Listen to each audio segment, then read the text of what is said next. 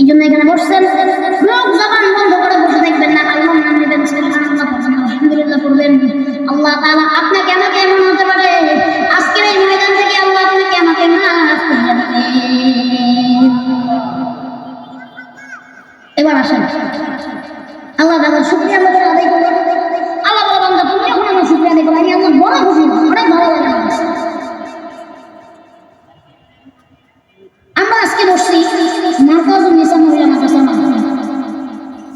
এই মাদ্রাসাটা দীর্ঘ 18 বছর যাবত আপনাদের এলাকায় মোটামুটি মাশাআল্লাহ আমার ভাইও চলে আসছে, ফজল ভাই। দীর্ঘ 18 বছর এই মাদ্রাসাটা এখানে চলতেছে আলহামদুলিল্লাহ, সামনেও চলবে। আল্লাহ তাআলা কবুল করুন এই মাদ্রাসাটা ইনশাআল্লাহ, আল্লাহুম্মা আমিন। এখানে মহিলারা মেয়েরা পড়াশোনা করে, আপনাদেরকে আমার মা, আপনাদের বোন, আপনাদের সন্তান এখানে সকলকে আল্লাহ তাআলা কবুল করুন, আল্লাহুম্মা আমিন। দিন শিক্ষার বড় গুরুত্ব, দিন শিক্ষার বড় গুরুত্ব। আমাদের সমাজে আস্তে আস্তে দেখা যাচ্ছে দিন মানুষের রাস্তায় চলে যাচ্ছে, উঠে যাচ্ছে না। আগে এত মুসলিম মাদ্রাসা কিন্তু ছিল না, ছিল আল্লাহ রাসূল বলেন শেষ জমানায় সমস্ত এলাকায় এলাকায় বাড়িতে বাড়িতে মসজিদ হবে, মানুষ কিন্তু মুসলিমের সংখ্যা বাড়বে না। আলহামদুলিল্লাহ আমাদের ঢাকার মসজিদগুলোতে অনেক মানুষ দেখা যায় নামাজ পড়ে, ঠিক কিনা? কিন্তু 5 ওয়াক্ত নামাজে এত মানুষ থাকে না। এই মানুষ সব থেকে বেশি হয় শুক্রবারে। হ্যাঁ, শুক্রবারে মানুষ সব থেকে বেশি, আমরা রাস্তায় দাঁড়ায় নামাজ পড়ি। শেষ জমানায় মসজিদ বেড়ে যাবে, মুসলিমের সংখ্যা বাড়বে না। মাদ্রাসাগুলো হচ্ছে, মাদ্রাসাগুলোতে অনেক পরিমাণের মাদ্রাসা হচ্ছে। মাদ্রাসাগুলোতে আপনাদের সন্তানগুলোকে পাঠাবেন, সেখানে যেন তারা দিন শিক্ষা করতে পারে। পারবো ইনশাআল্লাহ, পারবো। আল্লাহ তাআলা প্রথমে বললেন তুমি নিজে আলেম হও, তার কথা বললেন নিজে আলেম হও। তাও যদি না পারো তোমার সন্তানকে বানাও, তাও যদি না পারো তোমার ভাইয়ের ছেলেকে বানাও, বোনের ছেলেকে বানাও, তাও যদি না পারো তোমার গোষ্ঠীর ভিতরে একজনকে হলো আলেম বানাও, তাও যদি না পারো তোমার আশেপাশের কাউকে বানাও, আর তাও না পারো তোমার আশেপাশে যে সমস্ত মাদ্রাসায় গরিব এতিমরা পড়াশোনা করে এই জায়গা থেকে একজনকে আলেম বানাও। আল্লাহ রাসূল সাল্লাল্লাহু আলাইহি ওয়াসাল্লাম বলেন তালাবুল ইলমি ফারিদাতুন আলা কুল্লি মুসলিম, যিনি আলেম তলব করা প্রত্যেক মুসলমানের উপর ফরজ। আগে নিজের উপর ফরজ, তোর সন্তানের উপর ফরজ, ঠিক কিনা? আপনার সন্তানকে আপনি যদি হাফেজ বানাইতে পারেন, আলেম বানাইতে পারেন, আপনার সন্তানকে যদি আপনি দ্বীনের শিক্ষা দিতে পারেন, আপনার সন্তান একটা আদর্শ সন্তান হবে এই সমাজে, ঠিক কিনা? আপনি একটা গর্বিত সন্তানের পিতা হতে পারেন, ঠিক কিনা? আবার আপনার এই সন্তানের উসিলায় আল্লাহ তাআলা কিয়ামতের দিন আপনাদেরকে মাফ করে দিবেন, ঠিক কিনা? এই জন্য সন্তানকে হাফেজ বানান, আলেম বানান। আর যদি তা না করেন, হাফেজ আলেম যদি আপনার সন্তানকে না বানান, আজকে কালকে দেখা যাচ্ছে মানুষের সন্তানকে দিন দিন নষ্ট হয়ে যাচ্ছে, বিশেষ করে আমাদের ঢাকা শহরের যুবকেরা, ঠিক কিনা? একজন যদি আপনি আলেম বানান, আপনারা কি করতেছেন আমি বুঝতেছি না। আমি প্রথমে বলছিলাম এই গেটটা ব্লক করে নেন, গেটটা ব্লক করলে আপনারা কি করবেন? মানুষের ভিতর থেকে বাইরে ঢুকতে পারবেন, এমনি জায়গা ছোট। আর কথা বলতে না বলি, গেটটা আমরা খুলে দেই, আমরা এখানে মানুষগুলো ঢুকি, ভিতরে আসবে। বেশ বেশ, ঠিক আছে। যদি আপনার একটা সন্তানকে আলেম বানাইতে পারেন, সেই উসিলা করে আল্লাহ তাআলা আপনাকে মাফ করে দিবেন। আর এই যে দেখা যায় যদি আপনার সন্তান আলেম হয়, যদি আপনার সন্তান হাফেজ হয়, তার ভিতরে যদি দ্বীনের শিক্ষা থাকে, যেই ব্যক্তির ভিতরে দ্বীনের শিক্ষা আছে সে যদি ডাক্তার হয়, সেই ডাক্তারই হবে, কসাই হবে না, ঠিক না? ডাক্তারই হবে, কসাই। আজকে অনেক ডাক্তারদের কাছে গেলে অনেক মানুষ ঢাকা শহরে দিন মজুর, কেউ রিক্সা চালায় খায়, কেউ ভ্যান চালায়, কেউ কাজকর্ম করে, কেউ কোন দোকানে চাকরি বাকরি করে। কে গরিব আর কে বড় লোক, ডাক্তাররা কিন্তু দেখার সময় নেই, আছে না? আপনি যাবেন সবার আগে আপনার এতগুলো টেস্ট করে, আপনি এই টেস্টগুলো কি আপনার জমি বেচা করবেন নাকি এই টেস্টটা কি করতেই করবেন না, তাদের জানার দরকার। কিন্তু একই যদি একজন আলেম ডাক্তার হয়, যদি একজন মাদ্রাসায় পড়াশোনা ব্যক্তি ডাক্তার হয়, যার ভিতরে দ্বীনের শিক্ষা আছে, অন্তত দ্বীনের ইলম আছে, সেই ডাক্তার হয়, ওই ডাক্তার হবে, কোনোদিন কসাই হবে না।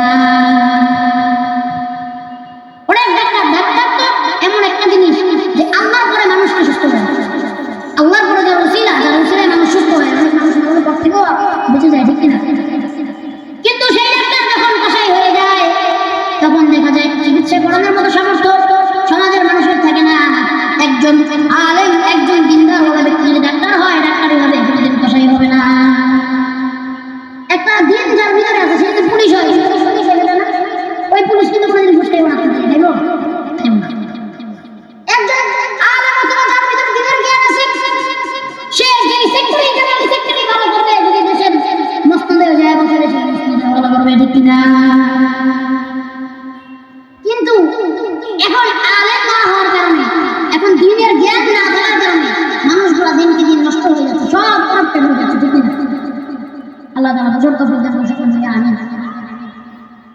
সন্তানকে কোরআন শিক্ষা দিবেন।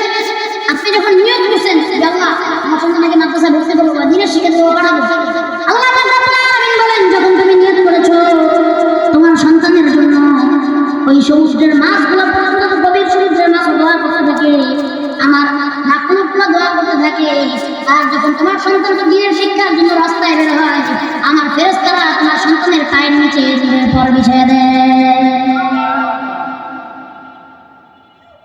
শুধু তাই না, আপনার সন্তানকে দিন শিক্ষা দিবেন, কোরআন শিক্ষা দিবেন, আপনার সন্তানকে হেফাজত করবেন কে? আল্লাহ রাব্বুল আলামিন বলেন ইন্না নাহনু নাযালনা যিকরা ওয়া ইন্না লাহু লাহাফিজুন। আল্লাহ রাব্বুল আলামিন বলেন কোরআনকে সৃষ্টি করেছি আমি, এটাকে হেফাজত আমি করব।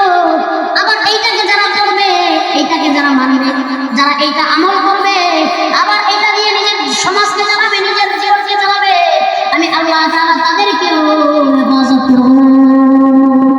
সুবহানাল্লাহ বললেন না?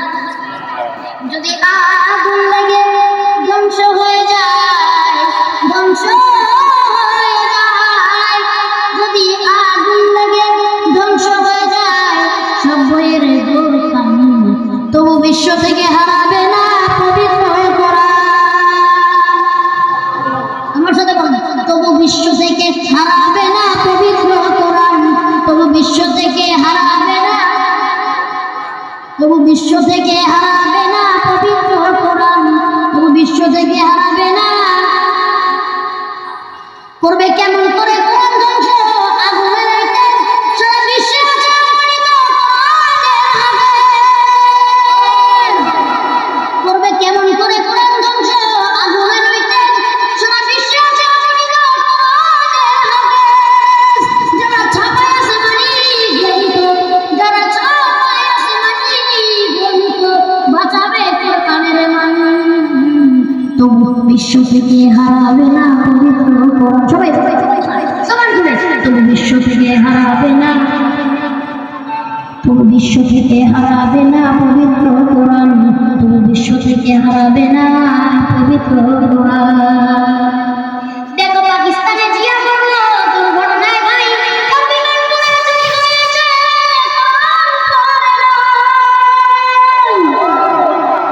দেখো পাকিস্তানে জিয়া করলো দুর্ঘটনায় ভাই অভিমান করে চলে গিয়েছে, কোরআন পড়ে নাই।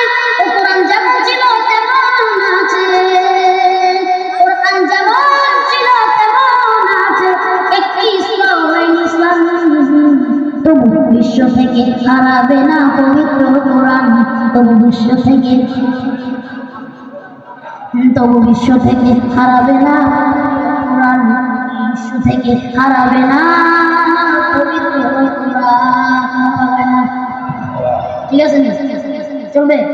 আল্লাহ তৌফিক দেন, সকলে বলেন আমিন। আল্লাহ বলেন কোরআন যারা পড়বে তাদেরকে আমি হেফাজত করব।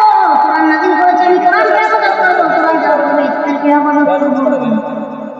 এই কোরআন পড়বে এত কথা না, কিন্তু এইখানে কথা আছে, শুধু আপনি কোরআন দেখে দেখে পড়বেন এটা হবে না, কোরআনটা দেখে দেখে পড়বেন, আবার অর্থগুলো জানার চেষ্টা করবেন। যখন আপনি কোরআন পড়বেন আর অর্থগুলো জানবেন, আবার আপনার জীবনে আপনি প্রয়োগ করবেন, আল্লাহ রাব্বুল আলামিন বলেন ওই সমস্ত বান্দার জন্য দুনিয়াতে কোনো টেনশন থাকবে না। এখানে অনেকগুলো মানুষ একটু তো হেবিজিবি হবে, এই জন্য একটু মানে মনোযোগ দিয়ে বসতে হবে। এই গেটের সামনে যদি আপনারা এমন করেন বয়স শুনে আপনারা শান্তি হবে।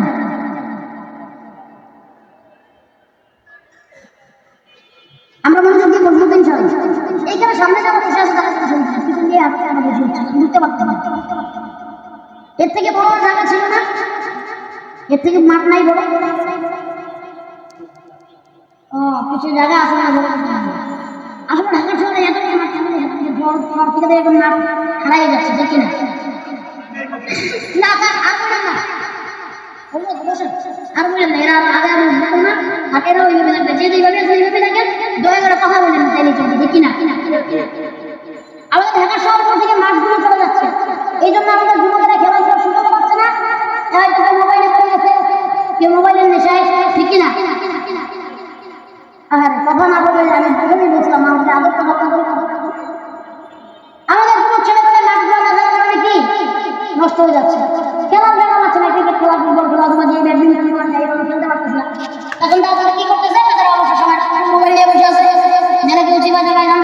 ঠিক কিনা? হয়তো কেউ মনে করেন যে এক একজন এক এক কাজে খারাপ কাজে লিপ্ত হয়ে গেছে, মারামারি, কৃষকের এটা সেটা বহুত কিছু। তো মানুষের পড়ালেখার পাশাপাশি সবকিছু পাশাপাশি খেলাধুলার দরকার আছে, ঠিক কিনা? শরীর স্বাস্থ্য ভালো থাকে, আল্লাহ সব কিছু দেওয়া নেই। এবার আসেন, কোরআন যে দেখে দেখে করবে তার সওয়াব আছে, আবার এটা বুঝে বুঝে বুঝে কোরআনের ব্যাখ্যাগুলো তো বুঝতে হবে। যদি নিজে না বুঝতে পারেন আলেম আপনাকে শিখিয়ে দিবে, আমার ব্যাখ্যা যদি বুঝে যে নিজের জীবনে এই আমলগুলো করতে পারবে। আল্লাহ বলতেছেন ফামান তাবিআ হুদায়া ফালা খাউফুন আলাইহিম ওয়ালা হুম ইয়াহজানুন। আল্লাহ রাব্বুল আলামিন বলেন, যদি কোনো বান্দা তার নিজের জীবনকে কোরআনের আইন দিয়ে পরিচালনা করে, যদি কোনো বান্দা তার নিজের সমাজকে, যেই সমাজের মানুষগুলো সমাজকে কোরআন দিয়ে পরিচালনা করবে, যদি কোনো দেশের মানুষ তার দেশকে কোরআনের আইন দিয়ে পরিচালনা করবে, আল্লাহ রাব্বুল আলামিন ওই দেশের মানুষের মনে কোনো চিন্তা থাকবে না। সুবহানাল্লাহ। ওই দেশের মানুষের মনে কোনো চিন্তা, চুরির চিন্তা থাকবে না, খুনের চিন্তা থাকবে না, গুমের চিন্তা থাকবে না, রাহাজানির চিন্তা থাকবে না, আমার ওই মা বোনদের মনে রসুনের চিন্তা থাকবে না, ইফতিজিংয়ের চিন্তা থাকবে না।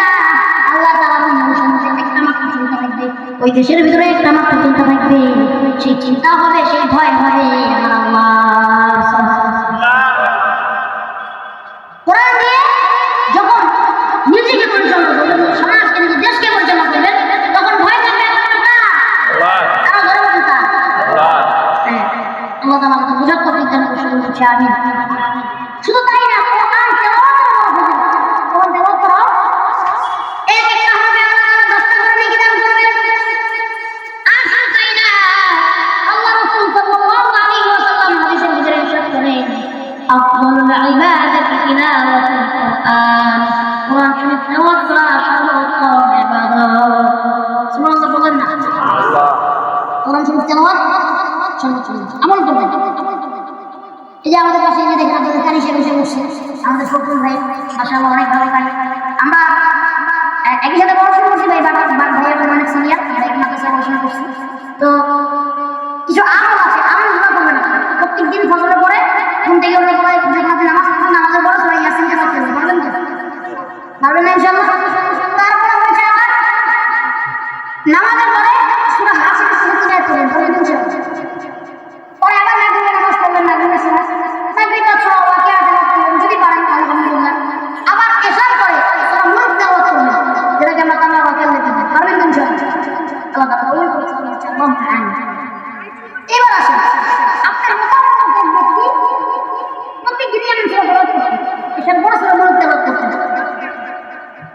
লোকটা একদিন হঠাৎ করে তার মৃত্যু হয়ে গেল, মৃত্যুর পরে তার যে রোগা চিন্তা করতেছে, আমি তো মারা গেলাম, প্রতিমধ্যে কোরআন এসে ওই ব্যক্তিকে ঘোষণা দিচ্ছে, এমনও ঘোষণা দিয়ে দেয় মানুষকে যে আমাকে তেলাওয়াত করে, যে আমাকে তেলাওয়াত করার অর্থ বুঝে আমার এই কথার উপর আমল করবে। শুধু দুনিয়াতে না, দুনিয়াতে তাকে তো আমি মানুষের মাঝে, দুনিয়াতে আমি তাকে আল্লাহ তাআলার সামনে তুলে ধরবো, দুনিয়াতে আমি তাকে সম্মানিত করবো, কবরেও তার সাথে থাকবো, হাসরেও তার সাথে থাকবো। যে ব্যক্তি কোরআনকে মহব্বত করবে, কোরআনকে ইবাদত করবে, কোরআনের উপর আমল করবে, কোরআন মাজিদ বলে আমি জান্নাত পর্যন্ত তাকে নিয়ে যাব। চিন্তা করেন যারা কোরআন তেলাওয়াতের ফজিলত, কোরআন ঘোষণা করছে যে ব্যক্তি দুনিয়াতে আমাকে করবে, আমার আমল করবে, আমাকে মহব্বত করবে, ওই ব্যক্তিকে দুনিয়াতে আমি সম্মানিত করবো, আবার কবরেও আমি তার সাথে থাকবো, হাসরেও তার সাথে থাকবো, তাকে জান্নাত পর্যন্ত নিয়ে ছেড়ে দিয়ে আসবো। আপনারা কি আমার কথাগুলো শুনতে পারতেছেন, বুঝতে পারতেছেন? যদি বুঝতে পারেন, সামনের লোক উত্তর দেয়, পিছের লোক উত্তর দেয়, উত্তর দিবেন সবাই। সব পিছের লোক চিন্তা করে আপনি কইতে থাকেন, আমরা কোনো নেই, ঠিক কিনা? আপনি কোন আমরা কইতাম না, আপনি চলো চলো, ঠিক কিনা? সবাই পিছের দিকে উত্তর দিবেন। মাঝে মাঝে যখন আপনাদের সাথে কমিউনিকেশন থাকবে তখন কথা বলতে ভালো লাগবে, ঠিক কিনা? আর আপনার কোরআনের কথা এমনিতে ভালো লাগবে, এর থেকে মধুর কথা তার কোনো কিছু কথা হইতে পারে না। এবার আসেন, ওই যে ব্যক্তি মরে গেছে, রূহটা চিন্তা করতে চায়, হ্যাঁ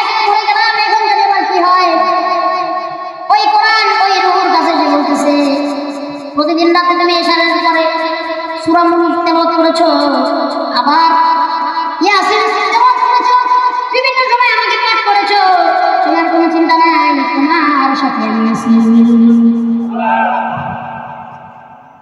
লোকটাকে যখন গোসল টোসল করাইয়া